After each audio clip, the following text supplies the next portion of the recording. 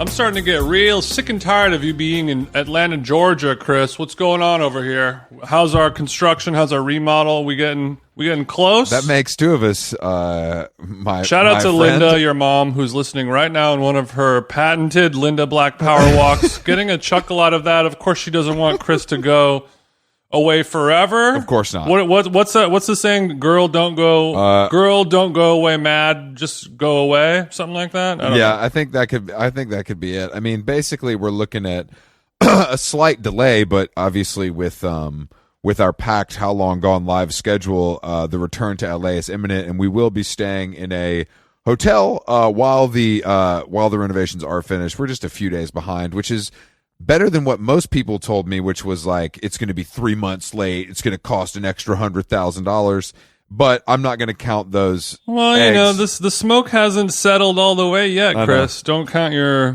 drywall chickens before they've hatched. Well, I mean, I'll of course be throwing up a prayer to the big man upstairs. Mm-hmm.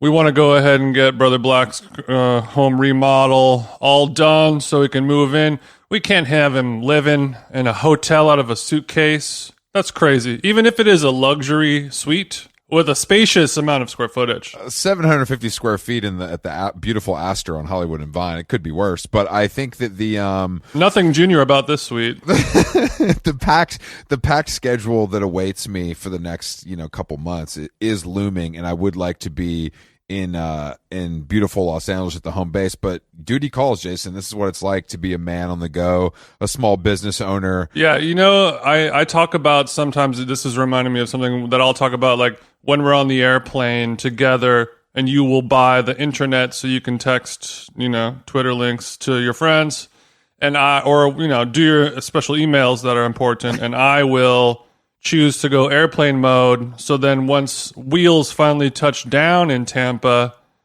I hit the airplane mode off button, and it's like pulling that slot machine over in Vegas. Cha-ching, cha-ching. Mm-hmm.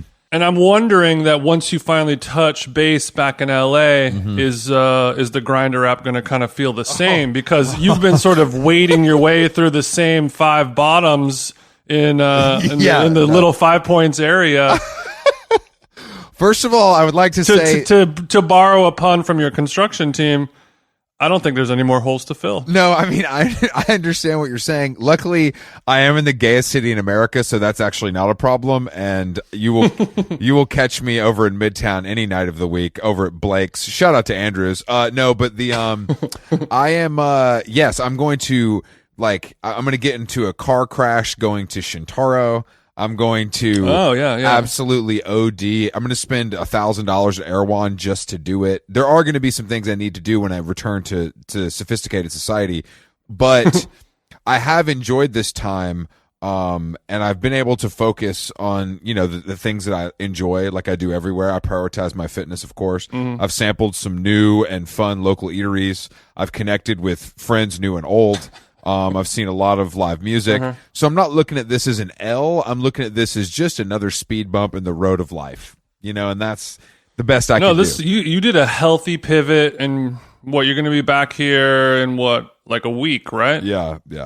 Just send me your flight number and stuff. I'll be there. Okay, cool. Thanks, dude. We're going to the Tasjan Wise wedding mm-hmm. Which is going to be a runway of sorts, and I'm living out of a Ramova. I only have so much stuff, so I am going to lose to Jake Gallagher, who will, I'm sure, be wearing some, Yoji Yamamoto with like holes in it, and I'm feeling underdressed, but I think I'll have to just pull off my classic Chris looks. Jake is sample size, so it'll be a lot easier for him to do pulls for this, whereas that's true. Even if you could get stuff sent over, it probably wouldn't fit those big kind of brawny shoulders of yours. Am I wrong? I know, and the shipping is obviously a little slow, so I wasn't able to kind of go through my Tom Ford era Gucci stuff. But, it's fine. It's not a big deal. No, I felt the same way. Friend of the show, Yoram, who got married, I guess a week or two ago,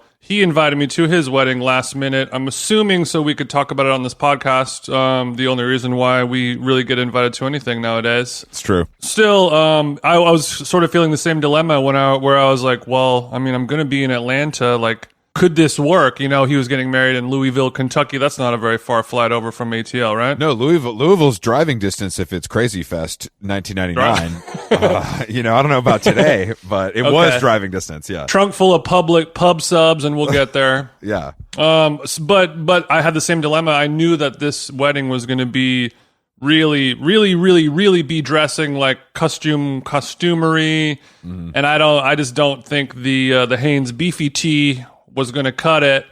So I quickly took those ideas out of my head. So I mean, this is going to be a similar level wedding in terms of like you got to really splash out with some like special unique looks, right?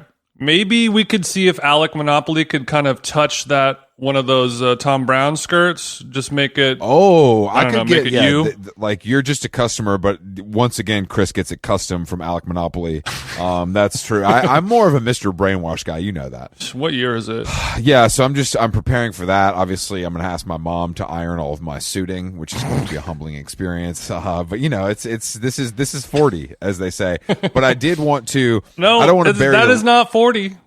This is 40 is when your mommy stop ironing your clothes, just to be clear. Oh, I get VIP treatment kind of wherever I go. Sometimes I pay for it. Sometimes I'm born with it. And that's just kind of how it is, man. Yeah. I don't know what to tell you. No, I mean, I think it's kind of hot and, I don't know. It has like a weird sexual energy to sort of have this like special little man kink that you guys have going on, you know, where I am the Beyonce of the family, and I'm also the special little man, and there's no shame in that. No. You think the crusts are going to come off this PB&J themselves? I did want to say we finally completed the How Long Gone booking Bermuda Triangle for How Long Gone Live, and I'm very proud of myself. So I'm patting myself on my back. You can't hear it, but I did want to make the final announcement. The final show of the New York and LA tour, the final show of the Subway series at the beautiful Music Hall of Williamsburg. We will be joined by actress, model, writer, friend of the show, Hari Neff. Barbie girl. Hari Neff will be joining us at Music Hall of Williamsburg. The week before, Allison Roman will be with us at Bowery Ballroom. If you're in LA, we're going to have Joe Mandy with us at the Troubadour, and then John Early with us at the Lodge Room.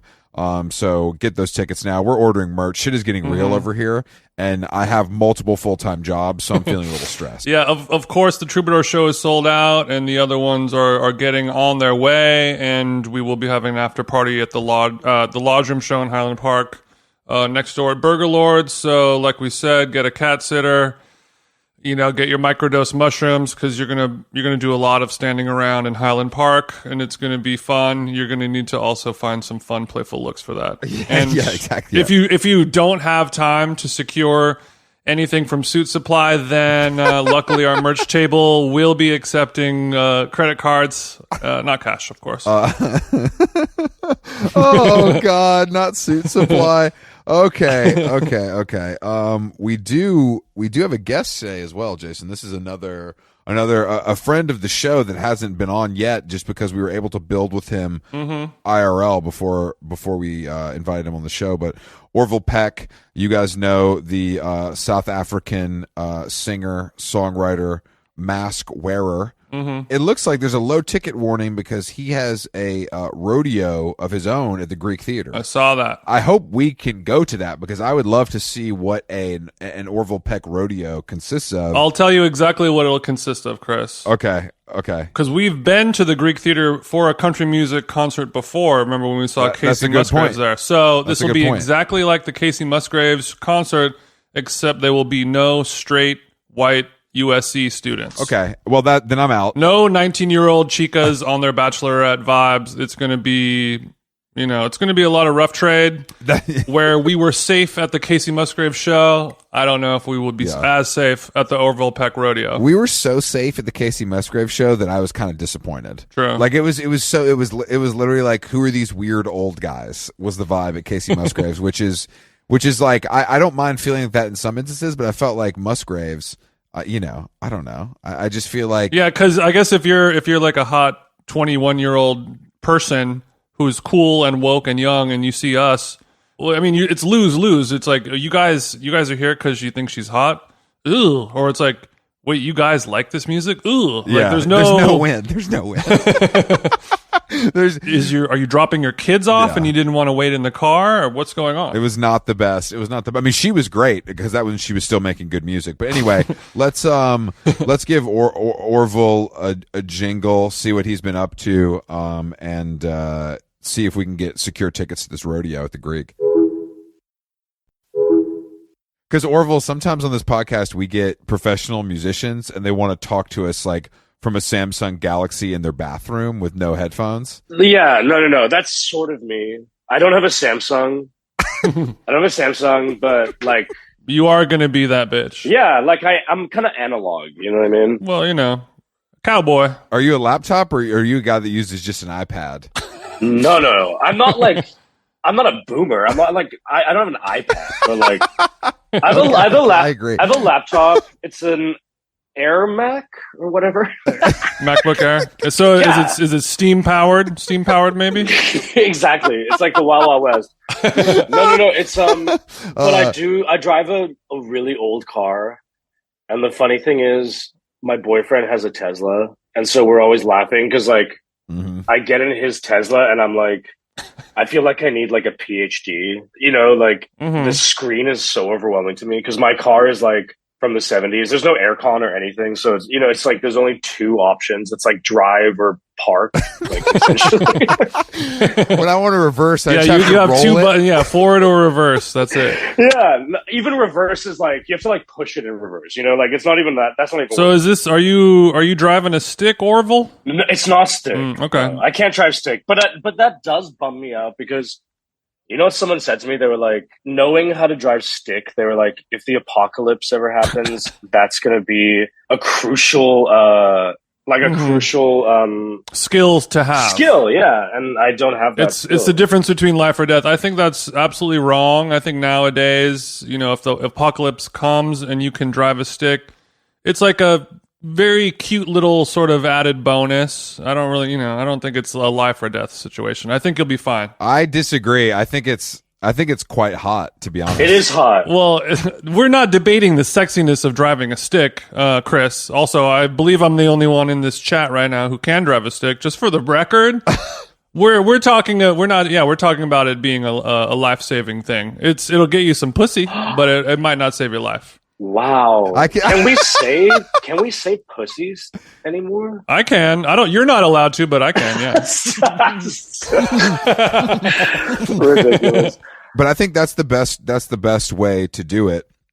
You have two cars in the household. One is a vintage muscle car that smells like oil, and one is like the newest car that just in case something goes wrong, you'll always have a way to get to Gelson's without worry. And I think that's a modern approach. Yeah. Well, that's like the thing is I'm thinking about, because the thing about my car is I love it to death, obviously, but every time I leave my mechanic after fixing something ridiculous, and he's like, all right, man, like she's good to go. And, I like turn the corner from my mechanic and it's like, ka-dunk, like something new, like breaks or whatever. Which is sort of like, that makes it not so cute. But so I'm thinking of getting like a modern car. Sure. But I feel like I need to get like a Rivian or something, like an electric car. You know what I mean? Yeah. Because also everything in my moral compass aligns with like not having a car that's destroying the universe, right? That must be nice. That must be nice to have a moral compass. Yeah, listen. And so like I feel like I need to kind of balance out the fact that I have this like old ass car that's like the reason for global warming essentially, and then like I need to like balance that out with like an electric car. No, that's a good idea. I mean, repent. It's like the yin and the yang. Actually, I've been down south at my parents' house in Atlanta for a while, and I went Orville mode and had a Ram 1500 truck, and I have to say, I don't know if the Rivian would feel quite the same. Listen, you know what I mean? I'm going to tell you, when I start my car, it's like backfiring and there's an insane smell of like gas. It's gurgling. Oh, it's like... It's fighting you. I was kind of parked in a parking lot once. I turned my car on and I was trying to sort out on my phone the kind of where I was going, like the GPS or whatever. So it was taking me a minute, and this man like walked over and knocked on my window, and I was like, I rolled my window down and I said yes, and he went, "Sorry, I'm actually just sitting over here in the restaurant with my children, and the smoke, the smoke from your car is choking my child. Could you turn your car off or leave?" Were you mortified, or were you like, hell yeah, brother, welcome to America, bitch?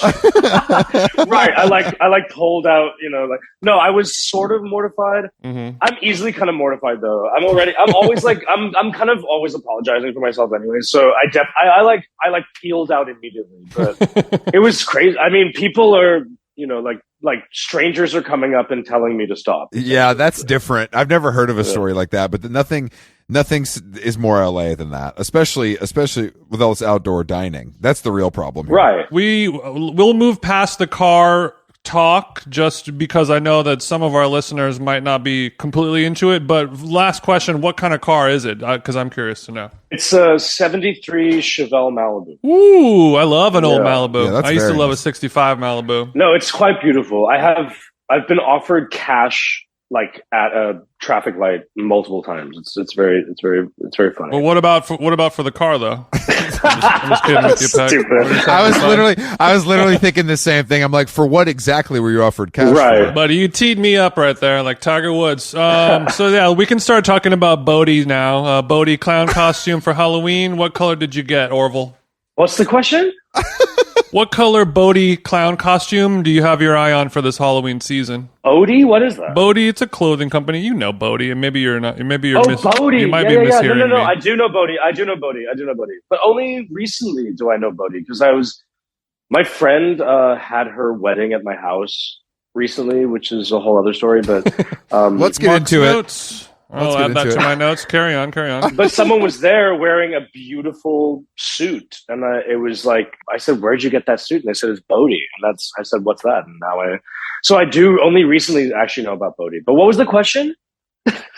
Is that vintage Bodhi? No, basically they're always trending, in the fashion world for creating, weird, funky, interesting shit. But this Halloween season, they made like Halloween masks and Halloween costumes they're sort of like John Wayne Gacy clown costumes a little bit. Oh. When you see photos of Halloween from like Yes. the Depression or like the 1800s where people are wearing just like frightening. Yeah, it's kind of like a occultist weird. Yeah, vibe. so they kind of went with that angle, which seems very spooky and frightening. But are you sort of like a traditional Halloween dresser where you're like monsters and ghosts and ghouls, or are you getting a little more splashy with it? Yeah, I mean, or do you just not dress up? Because Chris is anti-costume. I hate Halloween. He doesn't I hate believe it. a man should wear a costume. No, don't do that. Don't do that. Not to Orville.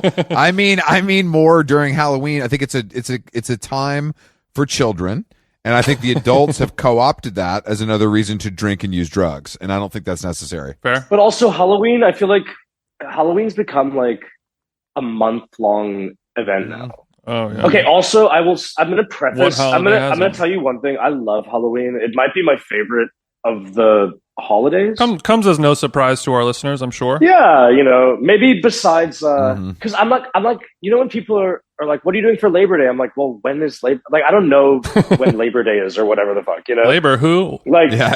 For me, yeah. my favorite holiday is President's Day. Indigenous Peoples Day, actually. So it's a little different than yours. well, that was just yesterday, and it's a very important holiday. But We celebrated. We Yeah. celebrated. I call it Columbus Day in my household. But that's Ooh, another issue. that's dark. Yeah, we don't know that's her, not- Chris. Yeah. No, but I love Halloween, but I will preface this entire conversation by saying the thing about Halloween that's sort of been, I guess, not ruined, but like a little bit tainted for me is like, yes, I'm like a classic.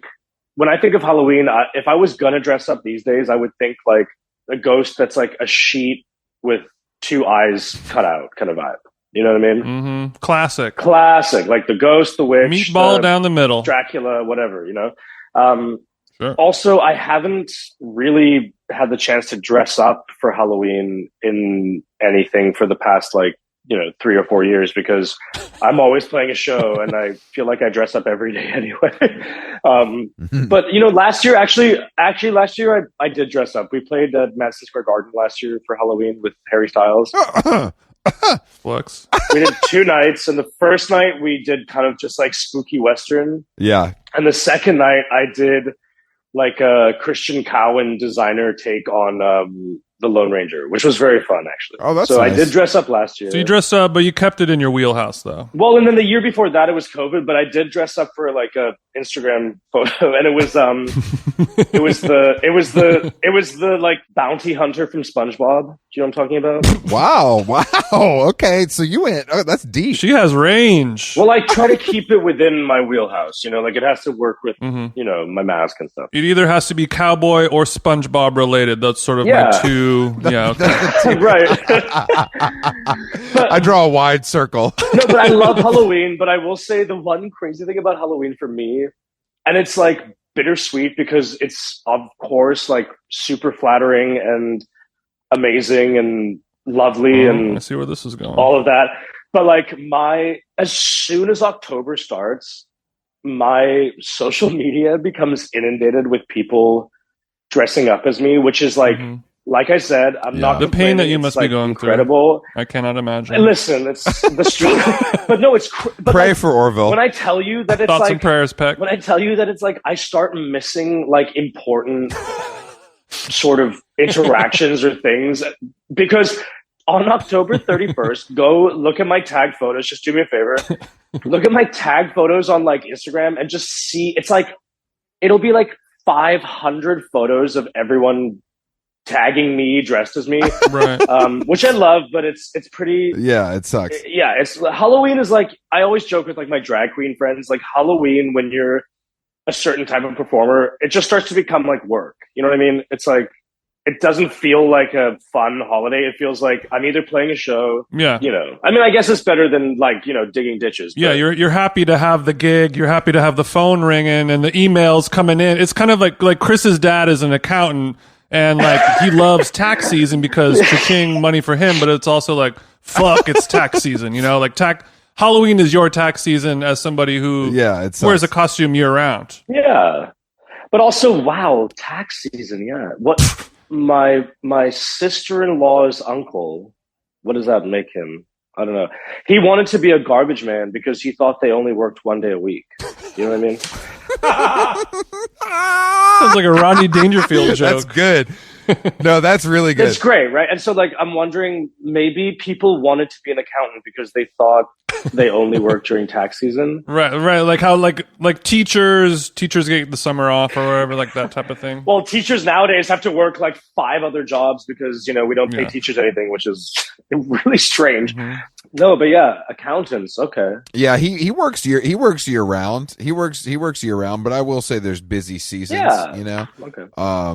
But I like the idea of the trash man working 1 day a week. I think that's kind of some like third eye open shit. The job. I mean, the job sounds terrible. Smells like shit, garbage everywhere. But I mean, I get 6 days off. I think it's kind of worth it. Yeah. All you have to do is work. At 7:20 a.m. every Thursday if you're coming by my house. You know what I mean? Now, do you take your trash out, or does the gardener do it?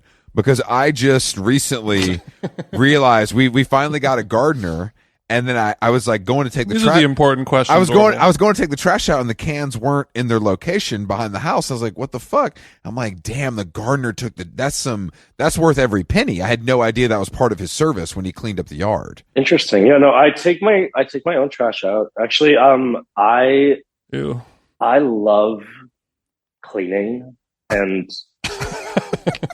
Like my home, my home. People joke my house is like a museum. Like it's okay, spotless and like I love order, tidiness, and cleaning. Wow. Okay. Now, are you down to put on the rubber gloves and get in that tub with some soft scrub? Or are we? Yeah. When do we ever call in the pros for anything, or you're doing it all? No, I'm doing it all. I don't even wear gloves. It's all.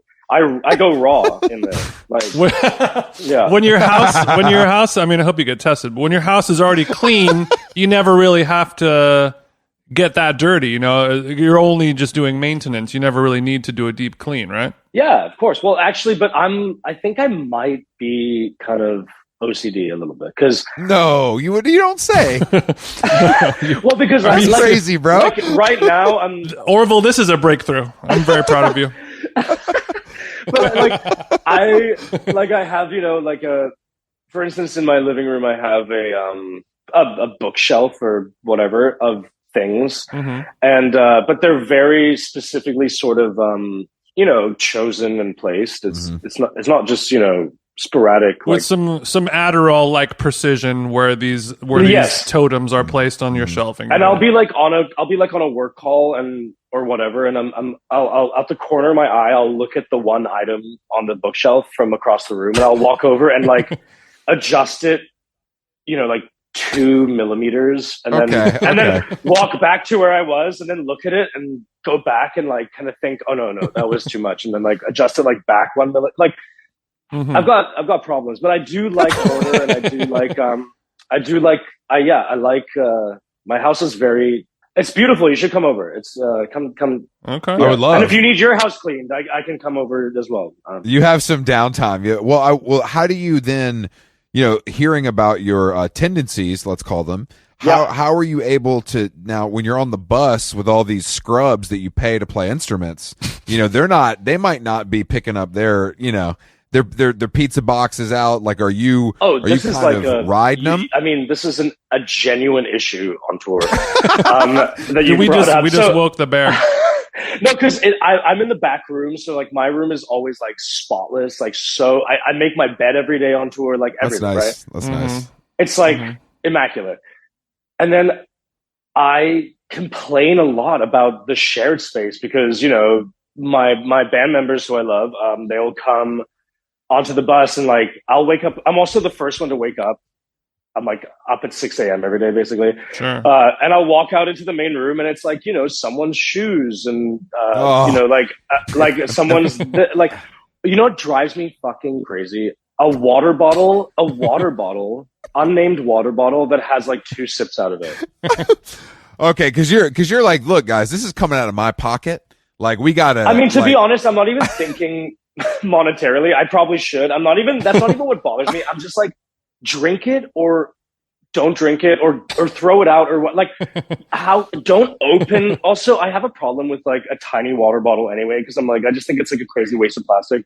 But like open a tiny water bottle, take 1 sip and then leave it there for like a week. Just no one's touching it. It drives me crazy. One week. No, that drives me crazy as well. I mean, that drives me crazy. Now, but I mean, there's a lot of stuff going on a bus. You know what I mean? So I feel like it's a delicate dance. You know, kind of living with that many people. Yes, and we can't really have you, you know, upset or anxious or having a little cleanliness meltdown when the goal of this is to put on a great show, right? So, are you meditating transcendentally? What are you doing to kind of get that water bottle out of your head when you're on stage? I mean, maybe this is like, for other people, I get it. It's like, you know, we've all known each other long enough that like, that's not flying. I mean, my tour manager, I've known for like 15 years since I was a teenager before either of us did this job. You know, it's like everyone on my tour bus is kind of like family. So no, I pitch a fit all the time. No, I let him know. I'm very clear. Oh yeah. I'm not coming in with like a professional courteous attitude. I'm like sitting everyone down being like, if I see one more fucking water bottle with a sip out of it, you're all fired. And I'm gonna like, this is bullshit. Yeah. Like, you know, but I mean, I'm sure they also have issues with things I do. I'm sure, you know, we're like a funny, you guys are random as hell. Yeah. It's like a funny sitcom family or something. Yeah. Can't live with them. Can't tour with them. Can't tour without them. Well, speaking of your OCD cleaning habits, I would like to know sort of the timeline of events when you decided to host a wedding at your house. Okay, so should I put on a pot of coffee, sweetheart? A friend of mine who I love very dearly, who is an actress. She Okay. got married recently, but she sent an invite out for her wedding. Like, or she kind of said like, I'm getting married. And I'm like, amazing. And then, sort of like a week before her wedding, we were kind of chatting, and I was sort of like, "What's going on with your wedding? Like, what, where, like?" So we're a week out. Do we have a venue picked? What's the tea? Well, that's the thing. I'm kind of like, where is it? Or I think she kind of just hit me up about it or whatever, and then. So what did Nicole Kidman say? Imagine. No. So then it's like, in that conversation, basically what we realized is there wasn't a venue, and I was like, well, I love you to death, and I have a house that is very It's a prime event space. yes, it lends itself to like a function, right? You were about to father of the bride this bitch is what it sounds like. Well, listen to this. So like, I'm like, also now you guys know I'm like an A-type OCD crazy person with like organization and whatever. She's like, we're gonna have the wedding at your house. It's it's like kind of this amazing serendipitous beautiful thing, truly, because also there's nothing I love more, not to get to like, but there's nothing I love more than like inviting any sort of like love into my house. It's just, you love I love love. I mean, it's like there's worse things to happen in your house, right? Absolutely. But it was really funny because I was like, Dogs. I was prepared and down and all this stuff, but then like the day of the wedding at like 9 a.m., like the florist shows up, and then it's like the catering and whatever. And I slowly started to realize, I was like, because everyone's asking me like, where do I put this? And I was like, oh, they're like, can you point us in the direction of the wedding planner? And I'm starting to realize, I'm like, oh, that's me. Like, I'm the wedding planner, which actually, to be quite frank, I think maybe I've found like my passion, because dream job. Yeah, dream like job. like Orville's event planning, because honestly, not only did I kill it, but I kind of loved it. Like, I was running around like I mean, it was great. Places. Literally, yeah, it was perfect. So I think I'm gonna quit music, and I'm gonna go the way of like. There's only like 3 careers you can do as like an aging gay man. It's like you can become a realtor. You can become a realtor. You can become a massage therapist, or you can be some sort of event planner. And I think I'm going to be an event. That's actually a very good breakdown. I've encountered all 3 of those archetypes. Bet you have. So there's only like 2 things you can do as like an aging sort of like subversive straight man, which is like become a barber or take up Brazilian jiu-jitsu. Okay, now like, I don't know. Don't come for the sober community. Not now. If you become sober, then it's jiu-jitsu, and if you still sort of have your little opioid addiction going on, then we're gonna barber and tattoo as well. And let's not forget podcast. That's the final frontier. If that doesn't work out, there's always DJing. Yeah. No one's a DJ anymore. How dare you? What I need to ask though, how many people attended this soiree? That's a good question. Okay, so I was told it would be 60, which I was so down for. It ended up the final count, I believe, was somewhere in like the 150 region. Whoa, we doubled. So you tripled the fucking head count. So you're like, yeah, but it was amazing. The head count that you said when you were lying to me, love that head count. When I discovered that you were lying about that, loved it less. No, I loved it even more. I mean, honestly, it was one of my favorite memories, and also it was just so kind of like chaotic the way it came about, that it was sort of like perfect in its own way, It had to happen this way for you to. Did you feel your body sort of release the tension that it was holding up when you suddenly were in a situation that was out of your control, and you just had to, let it happen? I didn't think of it in that way at all, but that sounds right. Yeah. Okay. I don't know. When it's like, I'm the kind of person where like, if it's my birthday, and I'm not someone who's trying to be like, it's my birthday or whatever, but I've had birthday parties, obviously, but whenever I've had hundreds of people over to celebrate me, but I don't care. No, but I'm not really that person. I'm not like, like 5 days of me. I'm kind of like, let's go to a bar or whatever, and everyone come. But even in that scenario, I'm like running around making sure that everyone else is comfortable and enjoying themselves. And then I often find myself like stepping back and realizing like, am I enjoying myself? like, do I want to be here? Like, like, but maybe that's still part of my kind of, OCD kind of. The rest is still unwritten. I mean, the rest is still unwritten. Can that be? Is that the tag for this podcast? We got a clean take on that one. Thank you for that. Yeah, that betting, that unwritten. That's royalty. That's royalty free. Just FYI.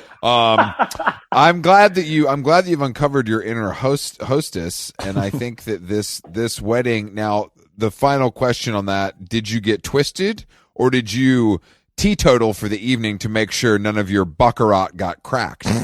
Of course I got twisted. That's the thing is, like, I function really well under stress. Okay. I that's my highest function, is like under pressure. But no, I was, they set up a bar obviously at the thing. And I was, when the guests started pouring in, and I was like, it was sort of dawning on me, like, what was happening at my house. I got a drink from the bar, and I sat hiding in my bedroom for like 20 minutes, like sort of shutting down. And then I kind of was like, okay, like, Orville, we got this. And I did a pep talk in the mirror, and then I went out, and, I was like passing out hors d'oeuvres and whatever. They really put you to work. You're a good friend, Orville. I will say that's very sweet of you. No way in fucking hell I would do any of that stuff. I don't like having 4 people at my house. I'm like, ugh, you guys fucking leave. No way, not even a chance. I like to host as long as I'm the star and I don't have to do any cleaning up. That's kind of where I'm at. So, that doesn't sound like this was that situation. So I would have kindly bowed. Oh, I loved it. It was so good. How long are you home? Are you settling in, or are you hitting the road? Yeah. Oh my God. I'm actually home for the first time basically since January, for more than 3 weeks or whatever. I'm really excited about it. I have a couple one-off festivals that I'm playing. I'm going to play in Monterey this weekend, and then I'm going to play Willie Nelson's Ranch for Halloween. Ooh, wow. And then my final show of the year is my rodeo show here in LA. I'm doing the Greek Theater November 2nd. Mm-hmm. What's up with this rodeo? I mean, it's my show, but we have extra special guests involved, and there's a bit more production, and it's usually at sort of an iconic venue. It's kind of like one big sort of like mini Orville Fest of the year that I do every year. So it's an experience. It's PeckCon. Yeah, yeah. If you're looking for any podcasters, let us know, because that's kind of an element now that a lot of live performers are bringing out. It's something maybe I don't know if you've thought about that yourself, but no, I haven't thought about it, but I'll think about it. No, that sounds great. You should come. But you'll like live cast? Yeah, we'll come out, we'll do a quick 30 kind of before you the stage, get the energy up. Yeah, we can open it up for you. Do you guys ever say friend of the pod? No, we say friend of the show usually. Friend of the show. Same difference though. Yeah. But is that just to be contrarian, or no? Yeah, exactly. We're just trying to. They zig, we zag. Ooh, they're different. No, I don't know. Yeah, they are different. Thank you. I don't know why. I don't know why we do that. Actually, that's just my natural compulsion. I think friend of the show is very 1.0. I mean 2.0, whereas friend of the pod is sort of the early days of saying that phrase, and I think other podcasts have co-opted that. Isn't it kind of cute to be 1.0 sometimes? It is. Yeah. With a wink, you know what I mean? Like, I kind of love, like, I'm a weird person, obviously. Yeah, we know. Yeah, right. And like, I'm actually, I think, potentially weirder than anyone could have ever imagined. Okay. In my mind, I mean, but do we need to alert the police, Orville? Not quite there yet. Well, maybe. Okay. But like, I feel like maybe, like the Roger Rabbit, like Toontown Police. Like I could go be in like a cartoon jail. Okay. But my point being is that I kind of revel in doing things that are sort of like pedestrian or basic in a way, because I think it's kind of Fun? Of course. It's called normal kink. Oh, is There was that a what whole it is? 30 Rock episode about it. Yeah. Okay, yeah. I've got a normal kink. Yeah. We also have a little bit of a normal kink because we're kind of like suburban girls living in the big city. So we find some great comfort in, going to a Cheesecake Factory at the mall, or This is what I'm saying. I like going to Home Depot to Oh, yeah. buy some tape, shit like that. This is exactly what I'm saying. Like, I find it so comforting to, go to IKEA and like not really shop for anything, but just like to be there, Go to IKEA and make fun of the losers. I'm with you, bro. No, but I get not it. even like to kind of like sit and like, hold up like a screwdriver set and just like stare at it and think like, man, do I have a screwdriver? Do I need this? And then, and then I put it back down and I'm like, well, yeah, I've got one. No, I know that. We do the same thing. I think it's fun and healthy and cool. And I guess, does that mean that you also grew up a little less big city-ish? A little more suburban? I grew up in Johannesburg, South Africa, which is a very big city, but I don't know where the kink comes from. Maybe because I don't know, but it does feel comforting. Yeah, I think it's less of like the size of the city and more just like how metropolitan it is versus how like suburban or just regular it is, Oh, listen, I fucking love to just go to a Target and walk around. Same. The lighting, it feels good. Yeah, it just feels good. It's like a drug. It's literally, it just feels good. That's big. That's big touring energy, though, because a Target when you're in the middle of America is an oasis. Air conditioning, 100%, Dasani, all kinds of clothes. You could get whatever you need there. I need socks. Yeah, you can get anything you need there. We put socks on our green room rider. When I used to play in punk bands, someone told me that they were like, put socks on your rider, and I still do it to this day. And honestly, it's like the nicest thing to show up in the venue and there's like 6 pairs of just that is nice, whatever Nike socks or whatever. But it's such a nice thing. You're like, wow, it feels like Christmas every day. We're not quite. Unfortunately, we put stuff on our rider and they don't get it for us because they're just like, you guys aren't really important enough, right? So Jason's lucky if he gets, which is normal for a rider. You always ask a little more than you expect to get. Well, what's funny about riders is like I have an obsession with Pop-Tarts, which is kind of like a funny... What's your flavor? Blueberry or strawberry. I don't fuck with anything else. Okay. Frosted, though, of course, or unfrosted? Frosted? What are you, crazy? Hey, look, I don't know, bro. I'm not mental, dude.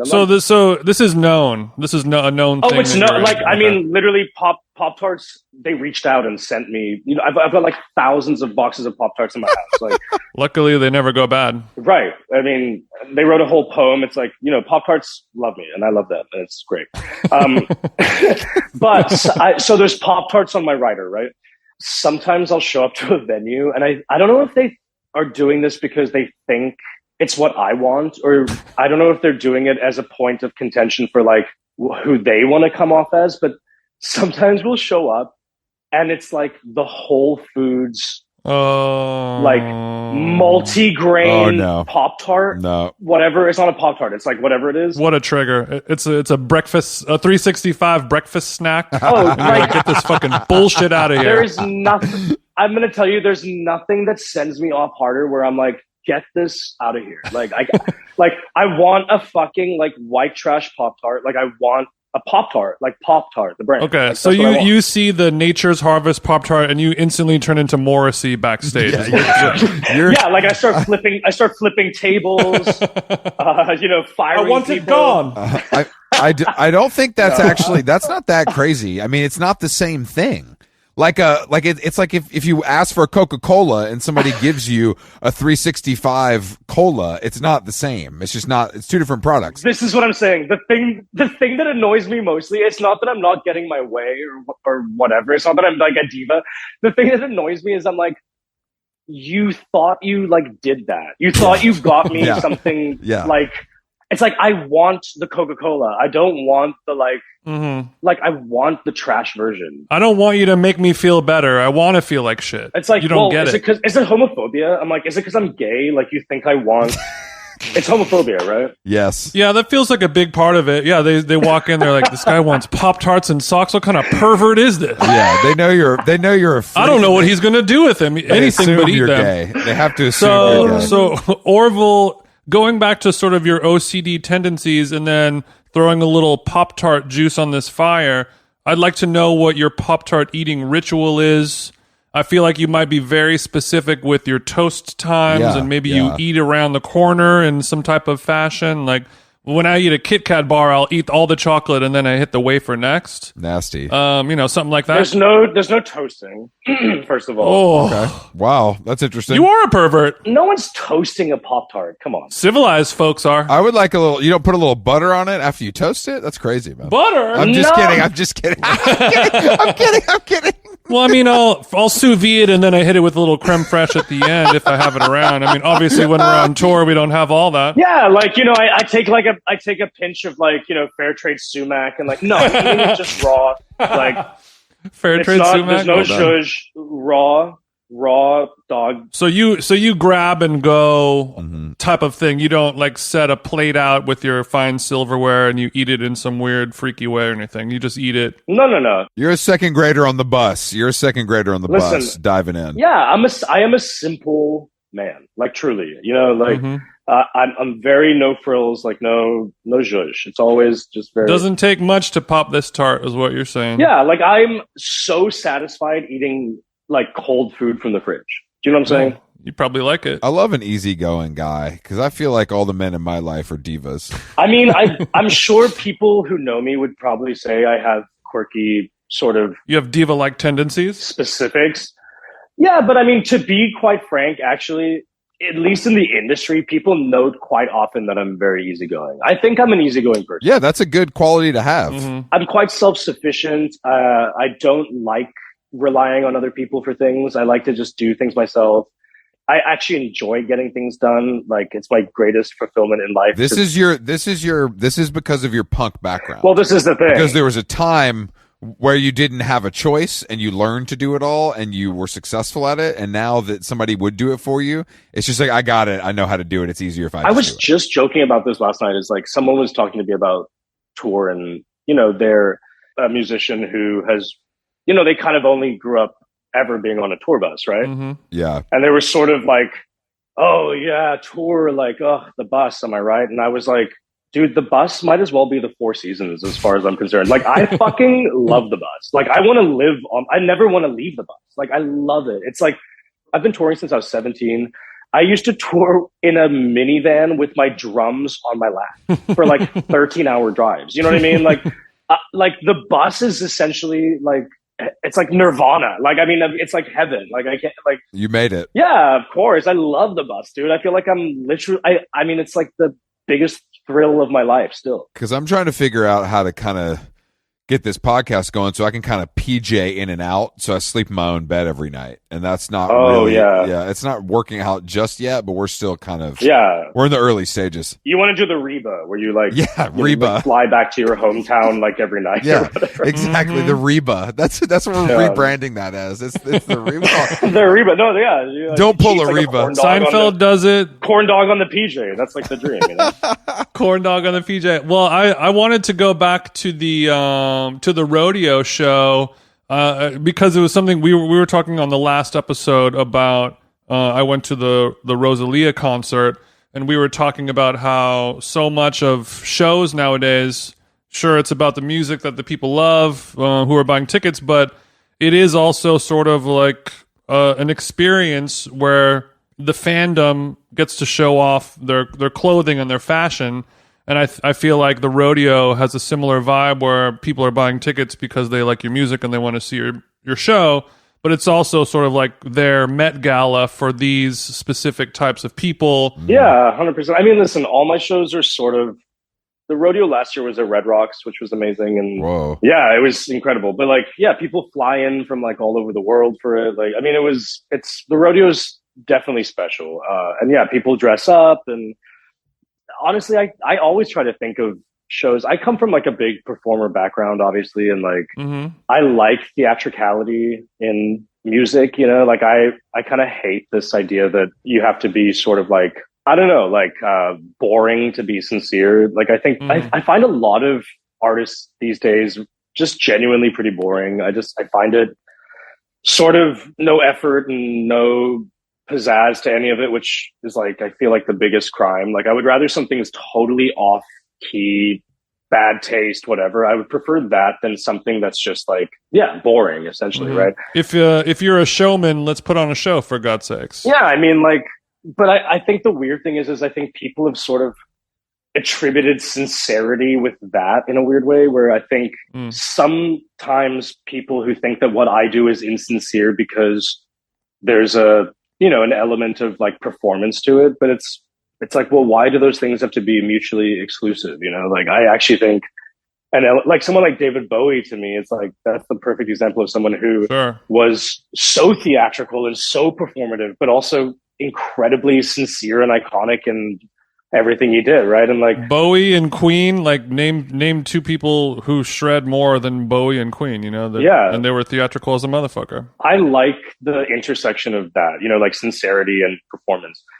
I mean, listen, also there's an innate theatricality to what I do because I wear a mask and whatever. And it's like, so I think people coming into the show, it already feels like the atmosphere is open to that. So yeah, people always show up with like outfits on, and there's a kind of magic in the air to begin with. I think. I hope we're going to be more accepted. Yeah, last time we went to the Greek was for Casey Musgraves, and the people around us were, I would say, less than accepting of our attendance because of our age and maybe our sexuality. And I was feeling ostracized. I know it must be really hard to be cis straight men in this economy. It's honestly, I don't really want to. Thank you for saying. I don't that, really. Yeah, finally someone said it, right? Thank you. Give a voice to the voiceless. Yeah, PETA style. You guys, I promise that you'll feel way more accepted at my show. Thank you. Are you guys coming to the rodeo? Yeah, we'll come to the rodeo. What day is it?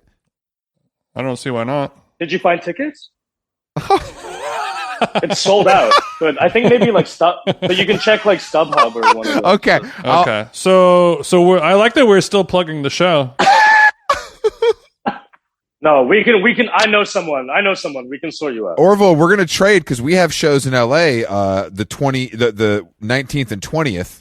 So if you would like to join us at the Troubadour or at the Lodge Room, you just let us know. I love the Troubadour. The Troubadour was where I did my first ever rodeo. We did 2 nights of the Troubadour like 3 years ago. Well, maybe you can come out and you can do Brooks and Dunn, How Long Gone, acoustic set. Well, what is your show? What do you mean? Like you do the podcast live? Yeah, that's it. Yeah, we do the show. Jason and I chat, and then we bring out a guest. And at the Troubadour, it's our friend Joe Mandy, who's a pretty popular comedian and like writer. And then we do the Lodge Room the next day with John Early as well. Cool, I'll come. Yeah. Yeah, we need you. We need you in the house. Yeah, we are looking for someone to cover our theme song. So since you have all this downtime, it is a country song. It's a Brooks and Dunn song. Okay. Yeah. So it's something for you to explore. And also, Orville, we are looking for a merch person. So if you if that's something 100%. that you're interested in, just let me know. Yeah. Well, then, and let me know if you need me to clean up the venue after, because I love to clean. So yeah, bring your toothbrush, or we'll hit the inside of that toilet bowl. All right, sweetheart. Yeah, I'm not. I mean, listen, I'm not on tour. I need things to do. Put me to work. I was gonna ask, what do you like? Do you find it like a little bit? Is there like a shock to the system? Are you like having to find things to do because your life isn't kind of scheduled out on an hourly basis? You don't have your North Star. Yeah. Yeah, 100%. I'm like losing my mind. I mean, I went to Italy for a month after I finished touring, which was lovely, on vacation. Oh yeah, I think we were around in Sicily around the same time, like end of August. Yeah. It's the first vacation I've taken in like 10 years or something. It was really lovely. I've had nothing to do and time off just like at my house. Yeah, I've been completely losing my mind. I mean, Let me be clear. I'm losing my mind. Absolutely losing my shit. Like this is hell. No, it's insane. And I genuinely had to make a plan with, my therapist, where he was like, okay, on Sundays, you need to like go open your GCal, my calendar, which is like because someone sorts that out when I'm on tour and I have like tons of things on it or whatever. And he's like, you need to like put in your calendar, like, go to the gym, like go for a walk. Like I have to literally schedule my calendar. And you're like, you're fired. But, I mean, it's insane. Yeah. I have no purpose. I mean, but it's really bizarre. Yeah. Your boyfriend's listening to this right now. Like, well, great. No purpose. Okay. No reason to live. So what did you Interesting. mean? What did you mean exactly when you said no purpose? 'Cause I want some clarity around that. My boyfriend's not listening to this. He's got his job. Come on. Don't flatter yourselves. You don't know that. You don't know that. He's got more important things to do. He does know that, and I appreciate that. That's the only response I would Yeah, expect. if we've met him when we met you for the first time, and Yeah. you know, just judging by looks, he looks like more a listener of this podcast more than you do. That's true. That's true. So you're saying he looks like a toxic straight man? You're like, that's hot.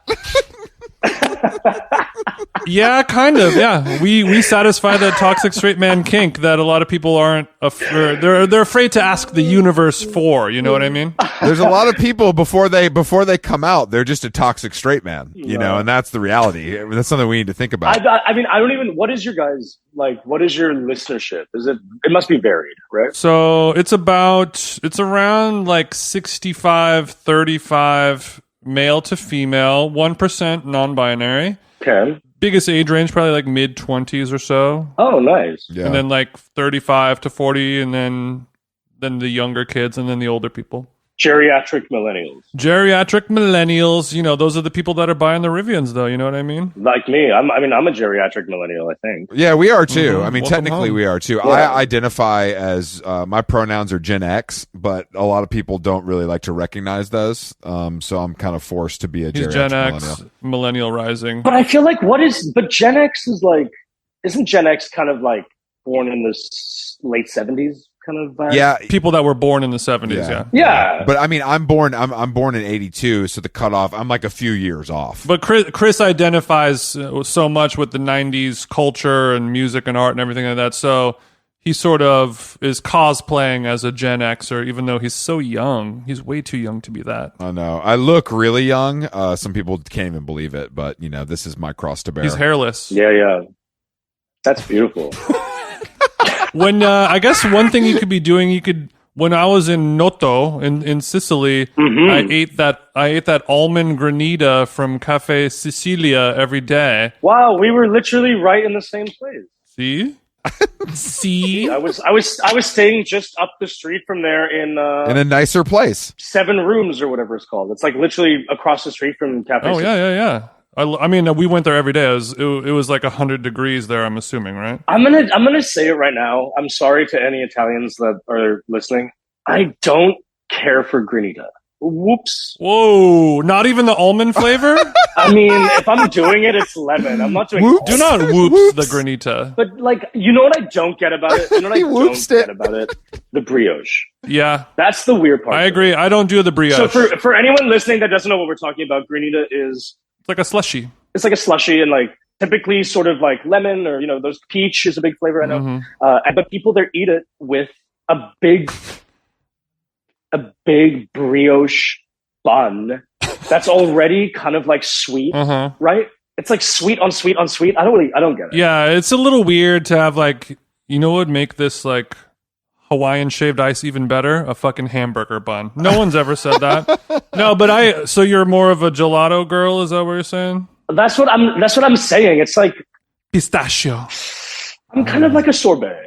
I'm a sorbet Okay. gal. Okay. You know, Wow. I like a nice lemon sorbet. Interesting. Yeah. Oh, I'll okay. come So out with you've got a palate. Your palate yearns to be cleansed, is what it sounds like. Yeah, I mean, I don't smoke anymore. I used to smoke for a really long time, but I have like a smoker's palate. Like when I get a pizza, it's like Mm-hmm.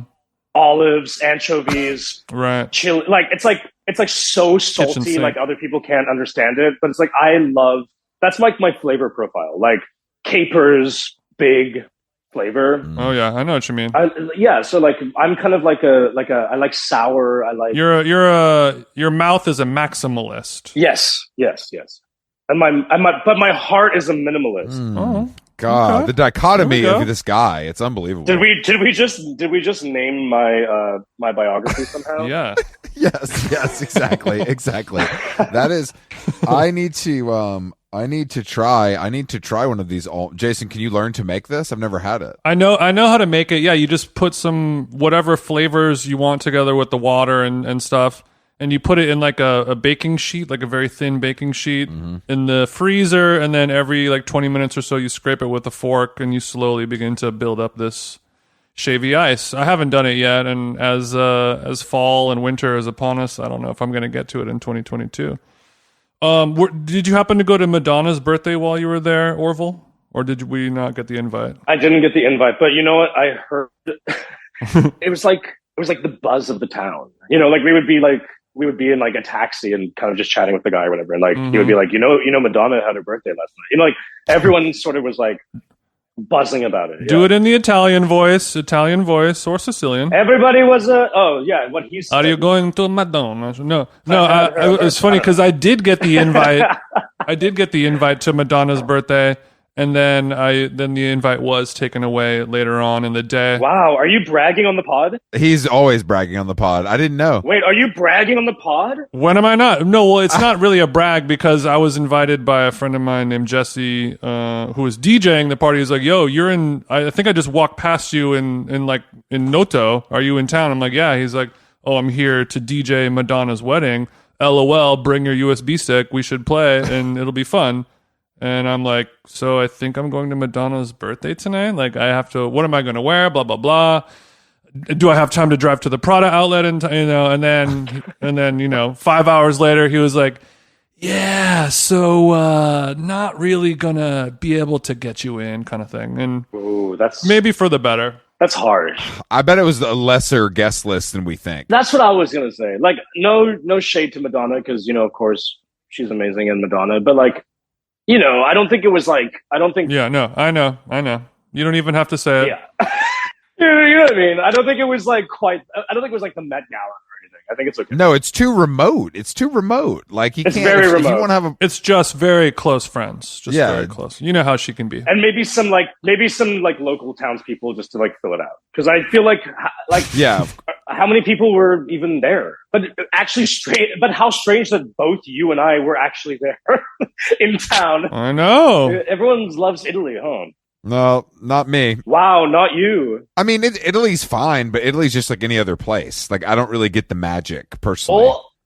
Oh. Wow. Oh. Wow. Italians are gonna come for you, bro. No, they're not. They're gonna come for you after your granita comment. Also, have you heard of the mafia? Like, I don't know if you want to fuck with that.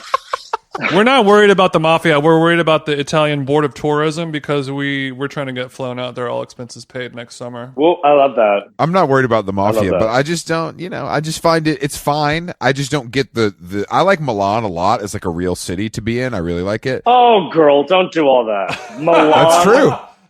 It's true. It's true. No. I don't need to watch like people eat pizza on a rocky beach. I'm just all set. I'm all set. That's just me. That is a big part of Italy is eating pizza on a rocky beach for sure. That's what I'm saying. Catch me somewhere else. I'll be at the Four Seasons in Hawaii or some shit. I'm all good. Like I'm all good. Orville, as a recovering cig smoker, when you're in Italy, is it tough to resist? Do you do a couple cheeky puffs while you're over there? We don't have to tell anyone. No cheeky puffs. As you know, I'm a maximalist in my mouth. So that's the album title, Mouth Maximalist. That's good. I'm kind of like, I don't think I'm capable of just like a cheeky puff. I'm like, I'm either not smoking or I'm smoking like 2 packs a day kind of person. Mm-hmm. So no cheeky puffs. I'm very proud of myself though. It's been good for you. Yeah, and I went all of Italy, no cigs, which is really impressive for me. Just the chewing tobacco only. That's really nice. But you know what's crazy? I'm going to tell you a little secret that I haven't told anybody really. I got hypnotized. Oh, nice. Yeah, I did the nicotine hypnosis thing. A lot of people say it works. Well, listen, I don't know if it's placebo or whatever the fuck it is, but I don't know. It was enough for me that I sometimes still get cravings. Like I'll be at like a bar and I'm maybe had a few drinks and someone's outside smoking with me and I'm looking at the cigarette thinking like, ooh, that does look nice. But then 2 seconds go by and I forget about it. Like I just don't. Wonderful. I don't want to do That's it. when you grab the mini Pop-Tart in your back pocket just to hold you over.